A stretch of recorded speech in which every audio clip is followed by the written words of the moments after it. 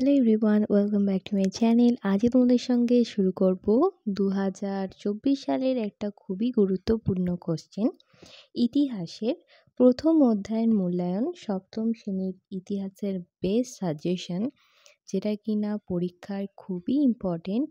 প্রথম থেকে শেষ অবধি এই কোশ্চেনটা নোট সহকারে খুবই যত্ন সহকারে তোমাদের সঙ্গে তৈরি করেছি। যদি ভালো লাগে একটা লাইক, শেয়ার অ্যান্ড সাবস্ক্রাইব করে দেবে। আজকের কোশ্চেন হলো, শশাঙ্কের আমলে অর্থনৈতিক ব্যবস্থা কেমন ছিল?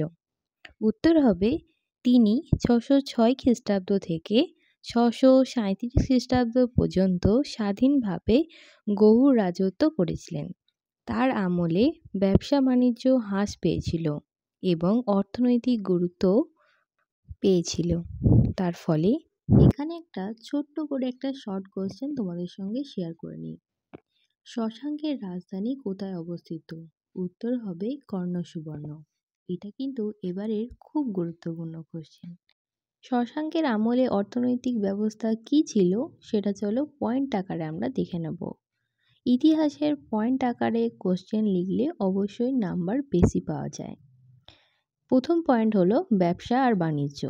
শশাঙ্কের আমলে বাংলার ব্যবসা বাণিজ্য মন্দা দেখা দিয়েছিল। ব্যবসা বাণিজ্য কখনো ঠিক হলে সমাজের স্রষ্টা এবং বণিক ক্ষমতার গুরুত্ব কমে গিয়েছিল। 2 নম্বর পয়েন্ট হলো মুদ্রা।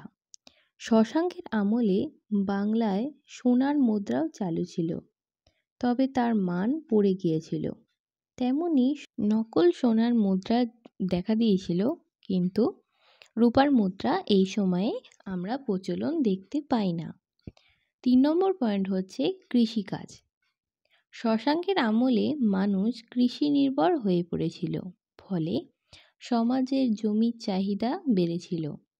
সমাজ আক্রমণ গ্রামীণ হয়ে পড়েছিল। সমাজে স্থানীয় প্রধানদেরও ক্ষমতা গুরুত্ব পেয়েছিল। এই সময়ে স্থানীয় প্রধানদের মতো সামাজিক মর্যাদাও লাভ করেছিল।